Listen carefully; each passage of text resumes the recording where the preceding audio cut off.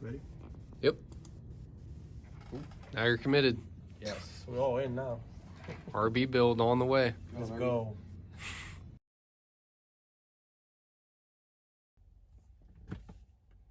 Jake with Bond Performance. You just saw the builds on for Daniel's R33 Skyline. What can I say? I'm excited. It's an RB25. It's not a GTR, it's a GTS. It's a four-door, it's rear-wheel drive, but still a cool, rare for the United States car nonetheless. Probably one of the more underrated imports that we didn't get here. I mean, nothing. It's a debate. You guys can debate in the comments, 2JZ or the RB series, which is basically the Nissan equivalent of the 2JZ. Which one sounds better? We'll also have a 2JZ project coming in the shop shortly, but we're not quite there yet. So I've got a list of things that we have planned for his build, and I'll run through that. So his Skyline is, for the most part, unmolested. It's had some exhaust mods that I'll be redoing. So we'll be building a full turbo back exhaust and front mount intercooler with all new hard piping.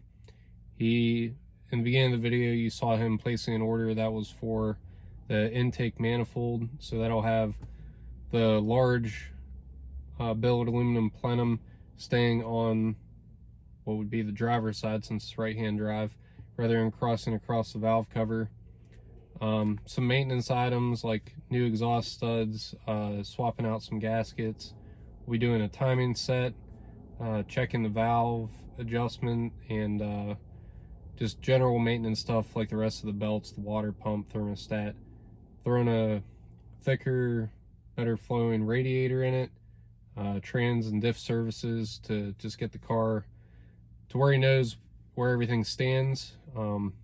He said it's low mileage. I want to say 60,000 kilometers. We'll follow up with that in a future video. But yeah, just a pretty in-depth project. Lots of work going on, lots of different parts of the car. The exhaust that's on his car, it's kind of a mess right now. I'll post some pictures at the end. I'll be doing some titanium repair on the muffler that he had installed by another local shop.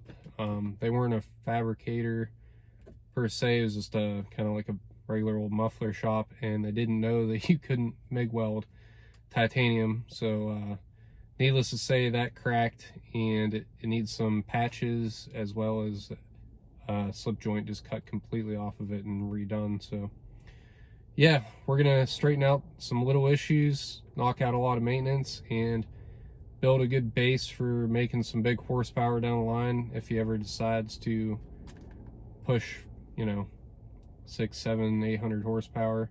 This build, as it'll sit at the end of this round of mods, will conservatively be shooting for mid 400s. Plans change.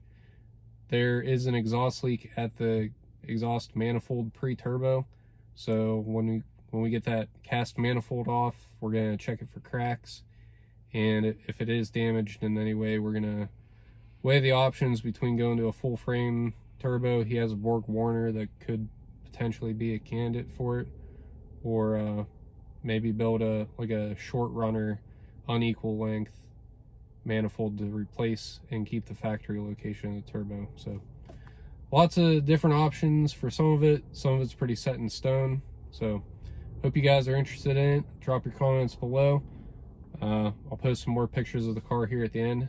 Subscribe if you haven't. This will be a multi-part series. We'll get the car on the lift hopefully at some point this week. I don't know if you noticed in the background, we're in the Carolinas, but there's snow on the ground. So my shop is basically inaccessible right now. Those of you who have made the trek out here, it's the hill climb challenge trying to get out of there, which isn't low car friendly with a foot of snow in front of the shop. No, we don't have a foot of snow here, but just the way the metal roof dumps snow off the front of the building, this Suburban would make it in and out, but none of my cars will. So that's enough for this video. Hope you guys are as excited for this build as Daniel and I are. Thanks for watching.